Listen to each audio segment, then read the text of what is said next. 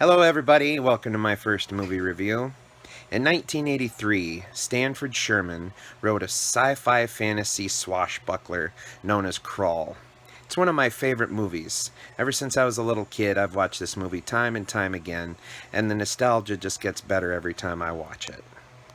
Krill, are you making a movie review about seafood? No, I said Krull, not Krill. Krull? That sounds like a Swedish heavy metal band. No, like I said, it was a fantasy sci-fi hybrid made in 1983. Here, I'll show you. Oh,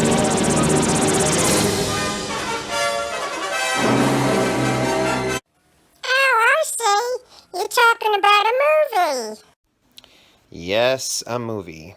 It was directed by Peter Yates, written by Stanford Sherman, produced by Ron Silverman, and distributed by Columbia Pictures. Many people have often referred to it as Star Wars meets Excalibur. Stanford Sherman? Didn't he write Ice Pirates and the Man Who Wasn't There? Yeah, I believe he did, but we're here to talk about Krull today, alright? Okay. But what was that one spinny thing that looked like a shuriken? Is this a movie about ninjas? No, it's not about ninjas. It has to deal with magic and aliens and a love story, actually. And that one spinny thing that you saw is called the Glaive. But more about that later. Let's get started.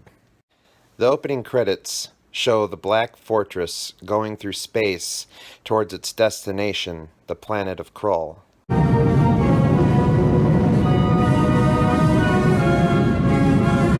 Following up with the Black Fortress finally reaching the surface of the planet with a deafening, earth-shaking crash.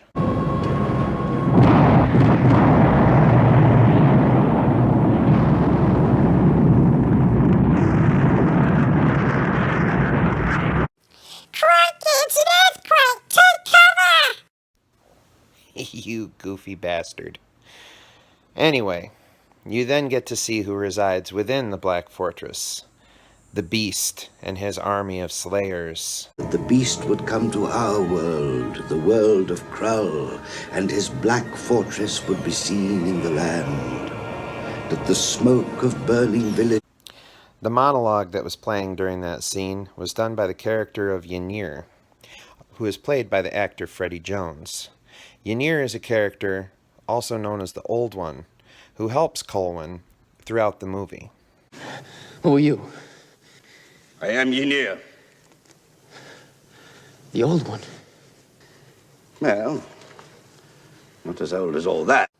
So he's kind of like Gandalf, isn't he? Not like Gandalf, because he isn't a wizard. He is well versed in the history and mythology of Krull, and knows all about the Glaive, which Colwyn will need later. After showing the landing of the Black Fortress and the emptying of the Slayers onto the planet's surface, the movie then goes on to the first meeting of Colwyn, the hero of the movie, and Lissa, the soon-to-be damsel in distress.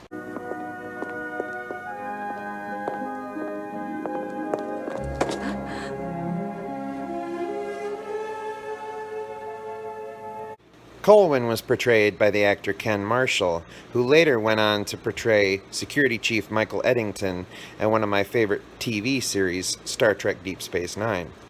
Lissa was portrayed by Lisette Anthony, who also was in the movie Dracula Dead and Loving It, who played Lucy. Blah, blah, blah, blah. Get on with the movie already. Colwyn and Lissa's fathers were sworn enemies, so Colwyn and Lissa took it upon themselves in the interest of saving their planet to fight against the Slayers, to make an arranged marriage, to unite their two kingdoms. To you. We lost 300 getting here. I didn't choose this marriage, Charles. Nor did I, Eric. I chose it. Your daughter chose it. Those two sound like an old married couple, bitching at each other. The wedding then proceeds in order to formalize the alliance. But before Colwyn and Lissa can say "I do," there's an interruption.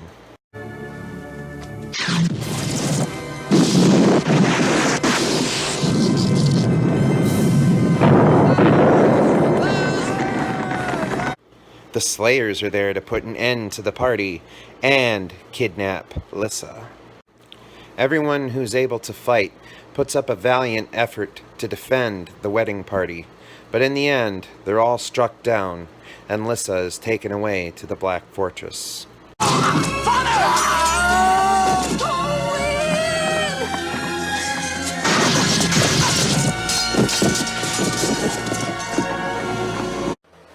Well, shit! What happened to the hero? What didn't he save her? Just when all hope appeared to be lost, Ynir, the Old One, arrives and revives Colwyn.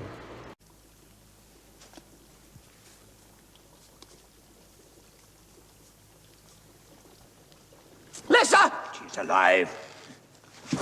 Phew. I would have been real pissed if he would have died. Yes, Colwyn is very much alive, and in order to get back his bride and have his vengeance and stop the threat of the Slayers, he must destroy their leader, the Beast. But no man has ever seen him and lived.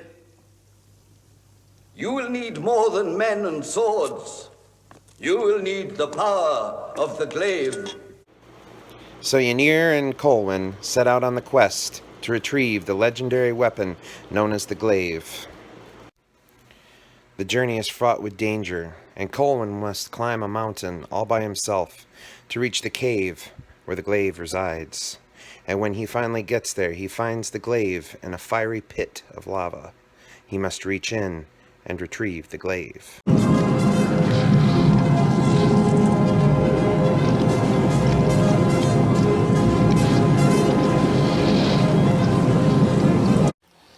must be magic to not let the lava burn his hand off.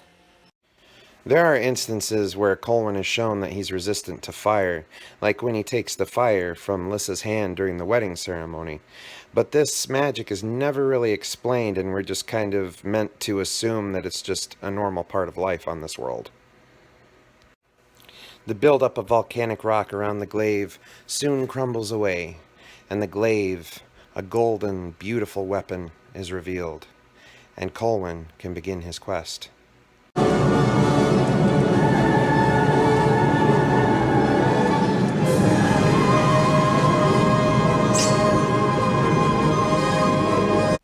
Colwyn is eager to try out his new weapon, but Ynir warns him, only use it when you need it. Colwyn then asks, how will we find the Black Fortress? And he responds by telling him, we must find the blind emerald seer. So off they go. If this seer is blind, how can he tell him where the fortress is going to be? What kind of crazy movie is this? Because, like in his title, he's a seer. He's magic, remember? Because in his title, he's a seer, remember? Me. On their way to the blind emerald seer, they run into a conjurer known as Ergo the Magnificent.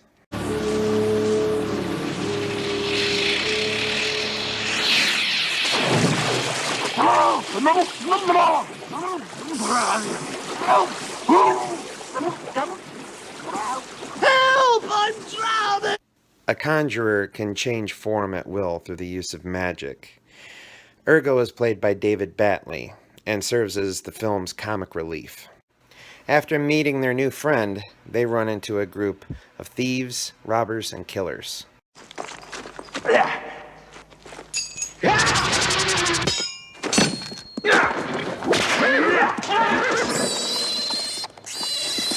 Ergo tried to turn the highwaymen into pigs, but the spell backfired because he can't cast a spell on anyone else but himself. Before the battle can go any further, Colwyn and the highwaymen come to an agreement, and they join Colwyn in his quest to go to the Black Fortress. These guys make friends wherever they go, don't they? Yes, they do. And there's one more addition, a Cyclops. Let's go. Saddle up. Move! Rel the Cyclops was played by Bernard Breslaw. Cyclops once had two eyes, like most men, but they gave up one of their eyes in a deal with the Beast so they could see the future, but the Beast tricked them, and the only future they could see was the time of their own death. Upon reaching the blind Emerald Seer's home, the seer tries to ascertain where the Black Fortress is, but the beast stops the vision, so they then must travel to the Emerald Temple through the Black Swamp. Black Fortress. Where is it?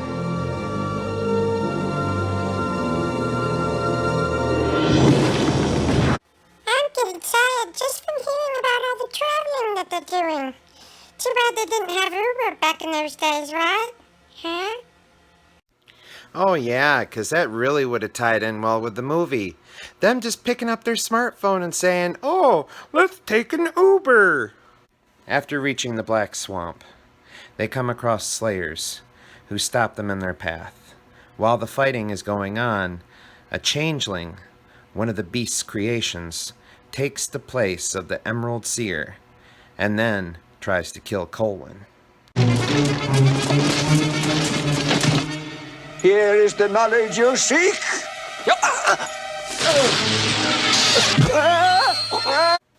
With their guide now dead, the party has no choice but to rely on Ynir for another secret source of information to find the Black Fortress. You know, you kind of remind me of William Shatner with the way you're talking. You sound pretty goofy. It's my first movie review, asshole. Lay off. Ynir's guide turns out to be the mysterious Widow of the Web, guarded by a giant white spider. This part always used to give me the creeps as a kid.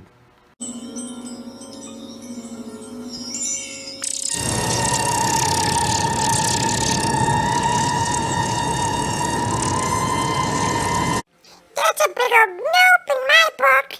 Somebody get out the flamethrower. Ynir narrowly escapes with his life from the spider, making it to the center of the web, where there's a cocoon with an old woman inside who he apparently knows.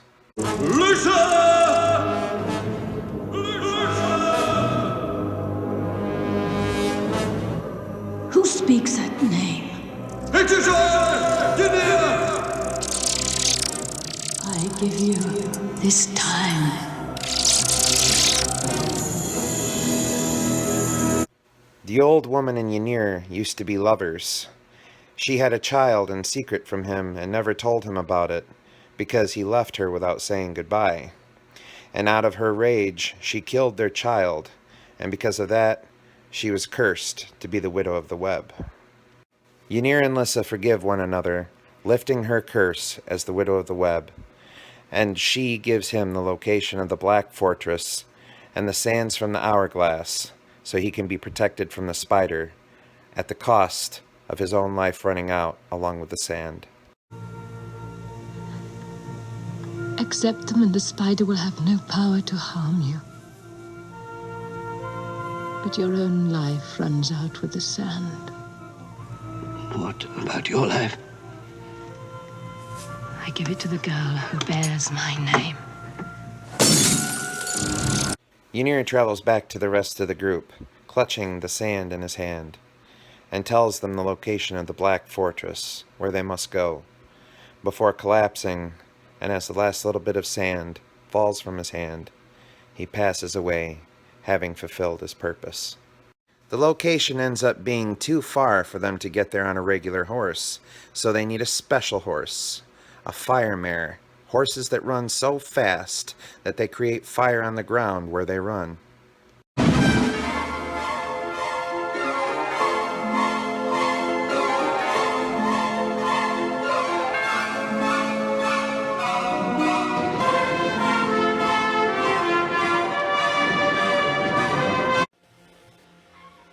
They fly too? What is this, a Christmas movie about Santa Claus? Yeah, giddy up, horsey. Come on, let's go, baby. Woo! How did he get in here? Never mind. After getting the fire mares, they make their way to the Iron Desert and the Black Fortress. Then they have to get inside before sunrise, and the Black Fortress disappears.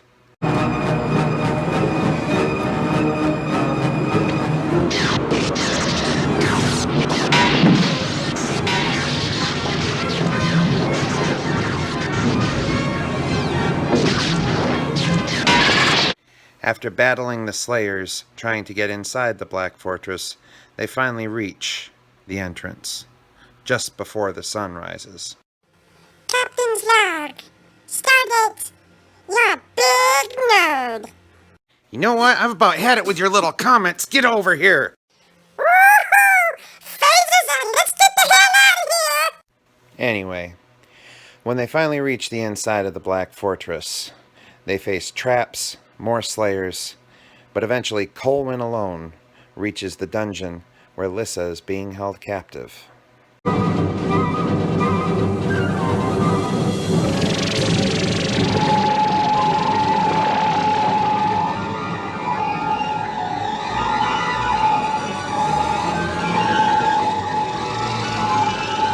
After using the glaive to free Lissa from her cell, Colwyn and Lissa make a quick escape, only to be stopped by the beast himself.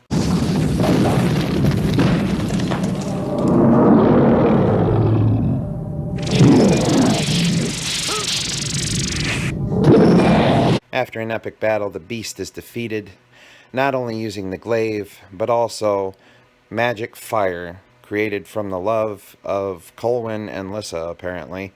And the Black Fortress self-destructs, they escape at the last minute, and they walk off into the sunset with the ending credits. That's the end of my review. I hope you liked it. I look forward to making many more. Please like, share, and subscribe. Have a good night.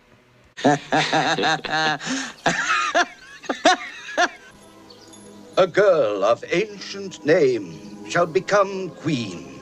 She shall choose a king, and together they shall rule our world. And their son shall rule the galaxy. The end. Or is it?